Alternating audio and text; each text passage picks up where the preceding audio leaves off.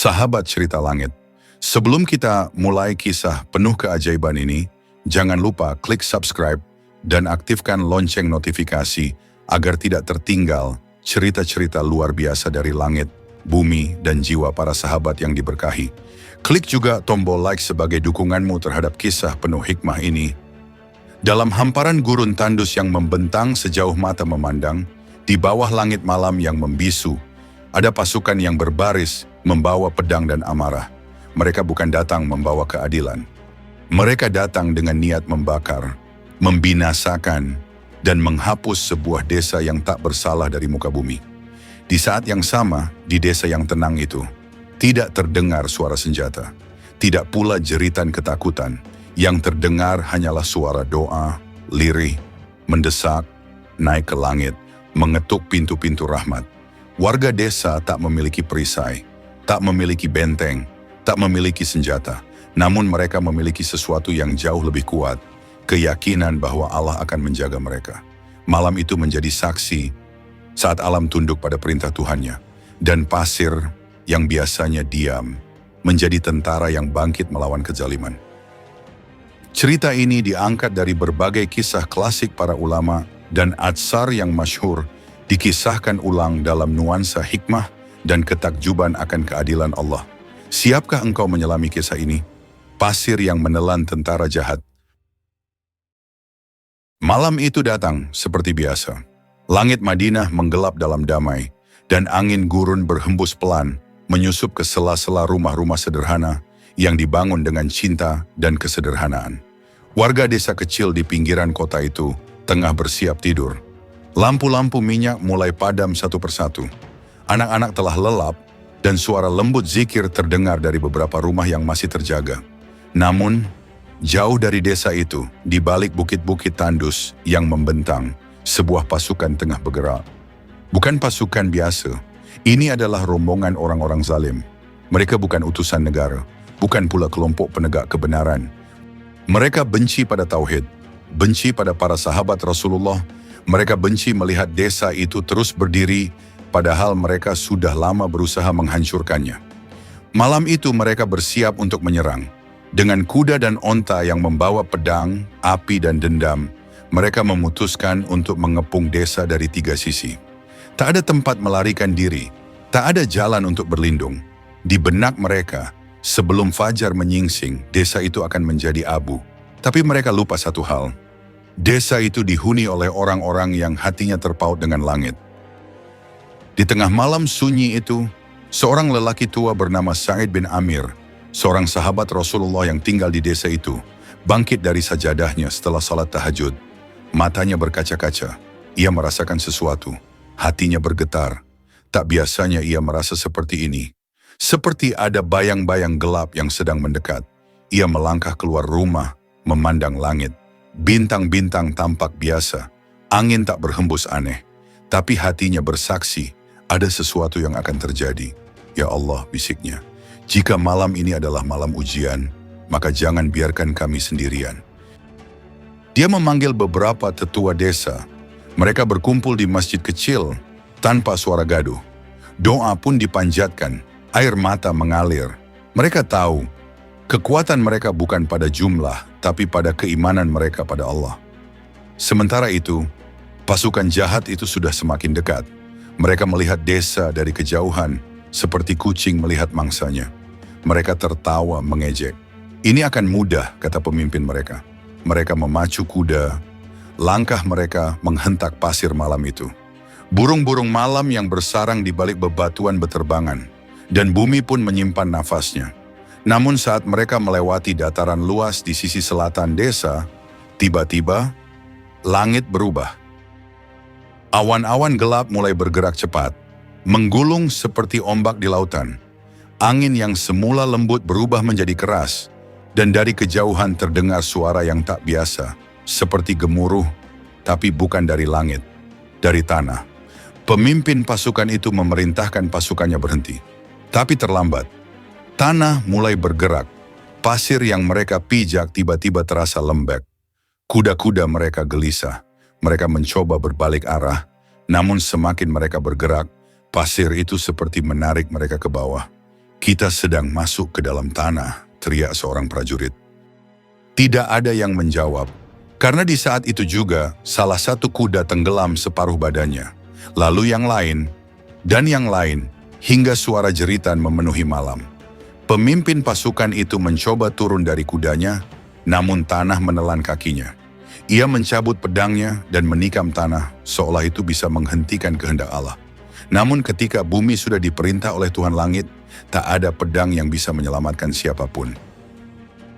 Dari kejauhan, warga desa menyaksikan langit malam bersinar aneh, seakan ada cahaya redup yang turun menimpa dataran itu. Namun tak ada yang berani mendekat, mereka hanya menangis, takut, kagum, tak percaya, karena malam itu, bumi menjadi pelindung bagi orang-orang beriman. Mereka hanya berdoa, "Hasbunallahu wa ni'mal wakil." Cukuplah Allah sebagai penolong kami. Langit perlahan beranjak dari hitam pekat menjadi ungu lembut. Cahaya pertama menyentuh bukit-bukit di sekitar desa itu. Angin pagi menggesek lembut dedaunan, menyapu pelan jubah-jubah para penduduk desa yang sejak malam belum juga kembali ke tempat tidur mereka. Mereka berdiri di tepi desa, berderet, menatap arah selatan. Di sanalah tadi malam bumi menelan para penyerang. Tak seorang pun dari mereka tahu pasti apa yang terjadi. Mereka hanya mendengar suara gemuruh. Mereka hanya melihat angin berputar liar, langit meredup, dan cahaya aneh turun di ufuk malam. Tapi kini, ketika mereka mulai berjalan perlahan menuju padang itu, apa yang mereka lihat membuat mereka menahan napas. Padang pasir itu telah berubah. Bukan lagi datar, bukan lagi seperti hamparan halus yang biasa dilalui para pengembala. Kini, tanah itu membentuk lekukan-lekukan besar. Ada cekungan seperti mangkuk raksasa yang baru saja tercipta. Pasirnya lebih lembut dari biasanya, seakan baru terguncang. Dan di tengah-tengahnya, ada sisa-sisa pelana, pedang yang tertancap separuh, dan bendera-bendera perang yang masih berkibar lemah tanpa pemiliknya. Tak ada satu jasad pun, tak ada satu jejak pun. Seolah-olah pasukan itu tak pernah ada. Seolah-olah bumi telah memutuskan, biarlah mereka lenyap. Sampai tak seorang pun tahu mereka pernah datang. Seorang wanita tua menangis. Ia bernama Ummu Raqiqah. Ia memeluk seorang bocah kecil yang ketakutan. "Lihatlah anakku, Allah tidak butuh tentara. Allah tidak butuh benteng tinggi. Allah hanya butuh kehendaknya untuk menolong hamba-hamba yang beriman." Seorang pemuda lalu bertanya, "Apakah benar mereka semua ditelan bumi?" Dan seorang ulama tua menjawab dengan suara parau, "Bumi ini tidak diam. Ia tahu siapa yang berjalan di atasnya. Jika mereka yang berjalan membawa keburukan, Allah bisa menjadikannya saksi atau menjadikannya pengubur." Dalam riwayat yang diriwayatkan oleh Imam Al-Bukhari dan Muslim, pernah terjadi kejadian serupa di masa Rasulullah. Ketika sekelompok orang yang ingin membunuh Nabi disambar gempa dan ditelan bumi di tengah perjalanan. Hadis itu berbunyi, ketika mereka berjalan di tanah lapang, bumi menelan mereka dari depan dan belakang, hingga yang berada di tengah pun tak tahu apa yang terjadi. Allah menyelamatkan Rasul-Nya. Hadis riwayat Bukhari dan Muslim. Hari itu menjadi saksi, tak ada pedang yang terhunus, tak ada benteng yang dijebol, tapi kemenangan telah datang, kemenangan tanpa darah, kemenangan tanpa pasukan, kemenangan dari langit yang datang dengan kehendak Allah dan penjagaan para malaikat. Beberapa penduduk bahkan bersaksi bahwa mereka melihat kilatan cahaya putih bersih melintas di langit malam itu. Seperti kilatan sayap yang besar, seperti pelindung yang turun dari langit. Seorang pemuda bersumpah bahwa ia mendengar suara lirih di telinganya sebelum tidur. Suara yang berkata, "Bersabarlah wahai hamba Allah, pertolongan telah datang." Hari-hari pun berlalu, padang itu tetap berubah bentuk. Tak bisa lagi dilalui kuda, tak bisa ditanami. Tapi bagi penduduk desa itu, tempat itu menjadi sakral. Mereka menyebutnya tanah sujud, karena di sanalah mereka bersujud menangis, berterima kasih pada Allah yang menyelamatkan mereka tanpa satupun anak panah dilepaskan.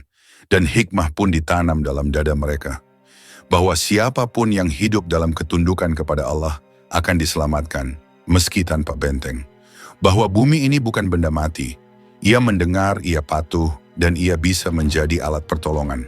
Dan bahwa orang-orang yang berjalan di atas muka bumi dengan kesombongan dan niat jahat tidak selalu akan mendapat kesempatan kembali. Dan kini langit pun bersih, burung-burung kembali berterbangan, anak-anak kembali bermain. Namun di hati para penduduk desa itu tertanam keyakinan bahwa jika kau percaya kepada Allah sebagaimana keyakinan para sahabat, maka langit dan bumi pun bisa menjadi sahabatmu. Mereka yang berniat jahat telah ditelan tanpa suara, dan mereka yang berserah telah dijaga tanpa luka. Allah berfirman, bukankah Allah cukup bagi hambanya? Surah Az-Zumar nomor 36. Kisah ini bukan sekadar dongeng untuk dituturkan, tapi peringatan dan pelajaran bahwa siapapun yang meletakkan kepercayaannya pada Allah akan melihat keajaiban dari sisinya di dunia ataupun di akhirat.